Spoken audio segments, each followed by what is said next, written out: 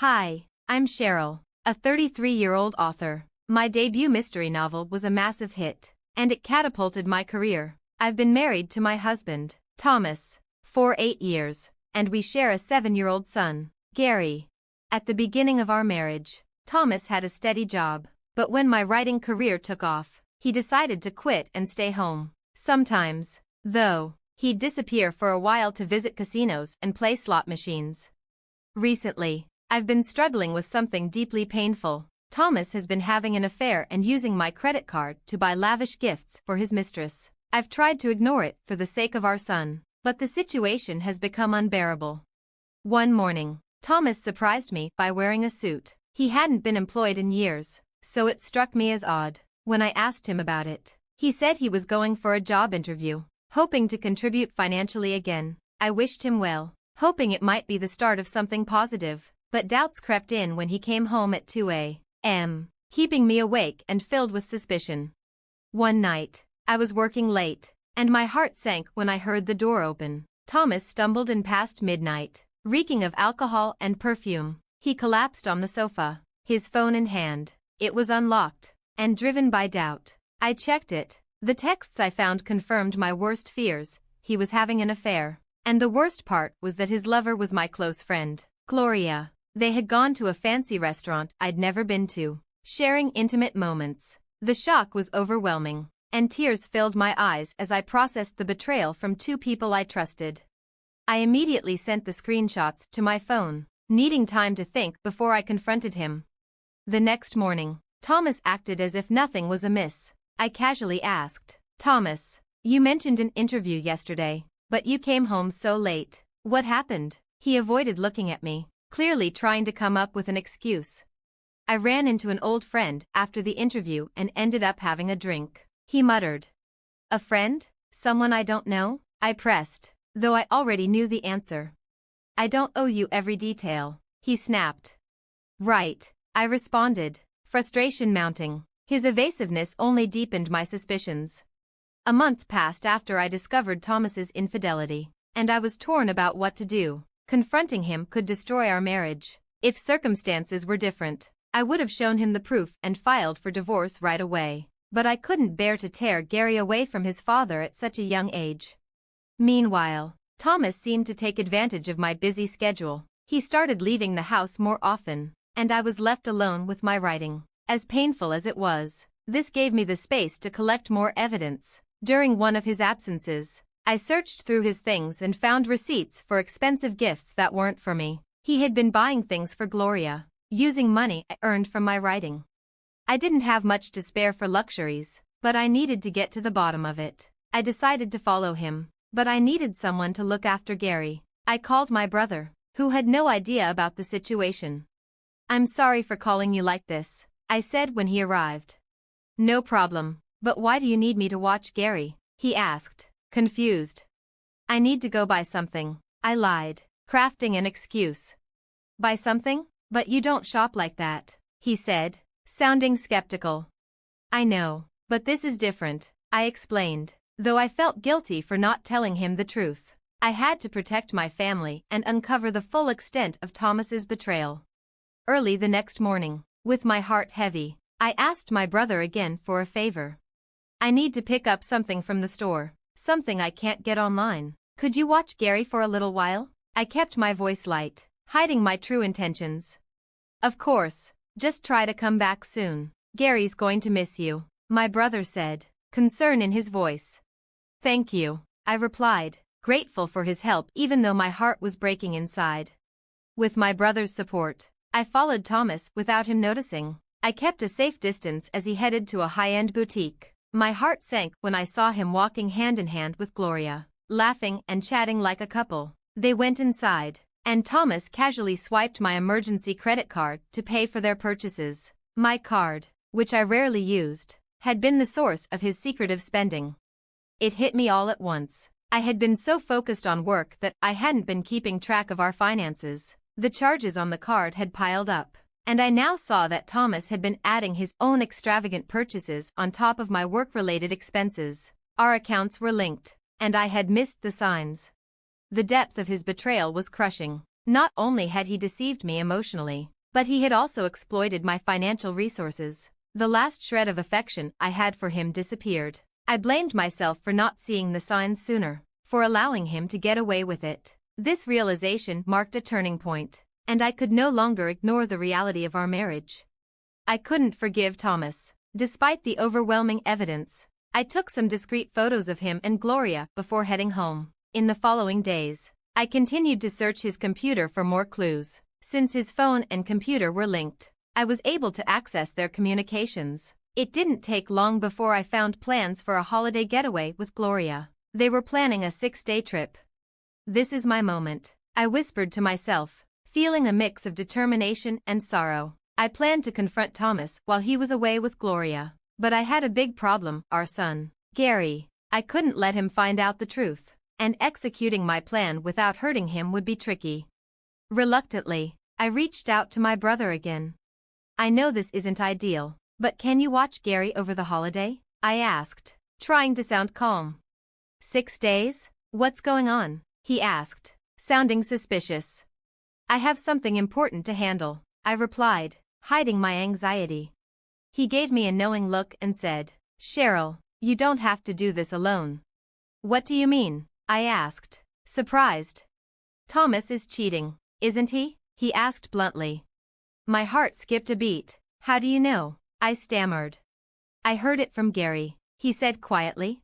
Gary? My son had noticed? Even at such a young age, he had sensed the tension and was aware of what was happening. My brother's words made me realize how perceptive children can be, even when you think you're protecting them.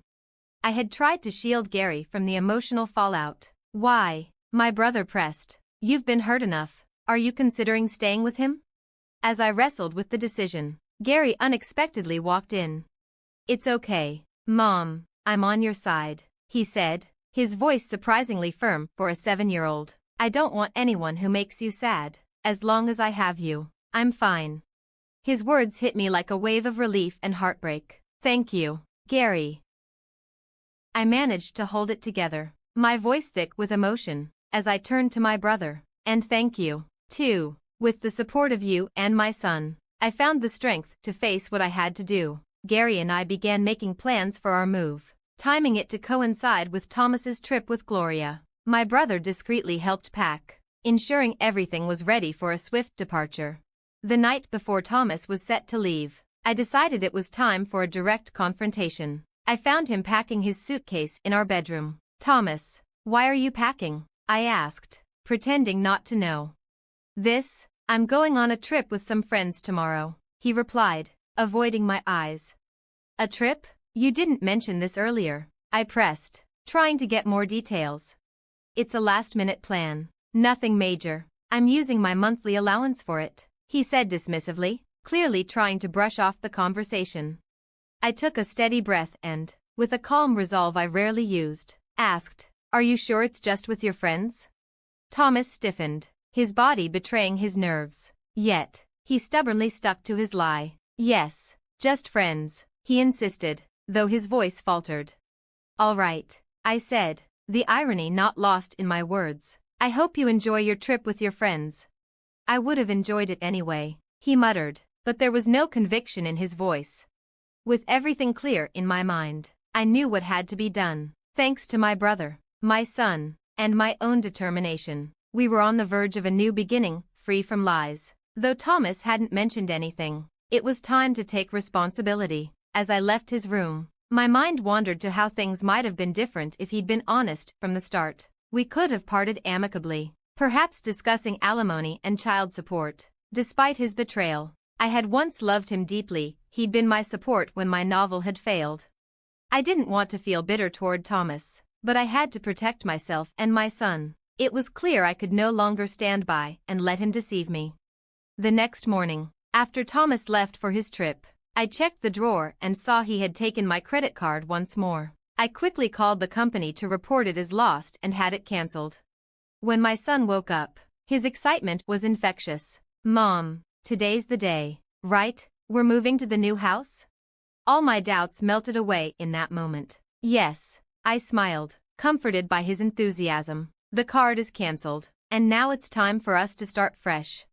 With Gary's help, the move was seamless. We transported our belongings to our new home while sending Thomas's things elsewhere. The next day, as we settled into our new space, I felt a sense of calm and anticipation for what was ahead. Then the phone rang. It was Thomas. "Hello, Cheryl? This trip's turning out to be more expensive than I thought. Could you send me some money?" I knew right away he was in trouble. The credit card was frozen, and he was trying to avoid admitting he had used it without permission. His request for money irritated me. "Did you plan this trip on your own?" I asked, keeping my tone even. "I'm sorry, but I can't give you any money," I replied. He sounded annoyed. "Don't be like that. If you don't help, I'll be the only one who's not enjoying this trip." "Really? You're on a trip and trying to show off the good parts, right? Well, the card you took is no longer valid, so you'll have to figure it out," I said. "What are you talking about? What card?" He feigned ignorance. "You pretending not to know won't help," I said firmly. "You're panicking because you're speaking nonsense." "I don't know anything about a card," he began, but I cut him off. "Enough," I snapped, frustration rising. "I already know about you and Gloria. Did you think I wouldn't figure it out? It's clear as day." "No, it's not like that. I'm not cheating," he protested, his desperation evident. His lies pushed me to my breaking point. Standing with Gary and my son, all the anger I had been holding in poured out. "Stop making excuses. You had a family and cheated with another woman. You've been using someone else's credit card. Do you even realize how disgusting your behavior is?" "Cheryl, let's calm down," he tried to say, but the damage was done. "How can I calm down when it's you I'm dealing with?" I screamed into the phone. "Just so you know, I'm not forgiving you, and I won't help you. As for her, she can figure it out. Don't ever show your face around Gary and me again." With that, I ended the call. A moment later, Gloria called. "What did you do?" she demanded. "Ah, Gloria, long time no see. How's the trip going with my husband?" I asked, my voice dripping with sarcasm.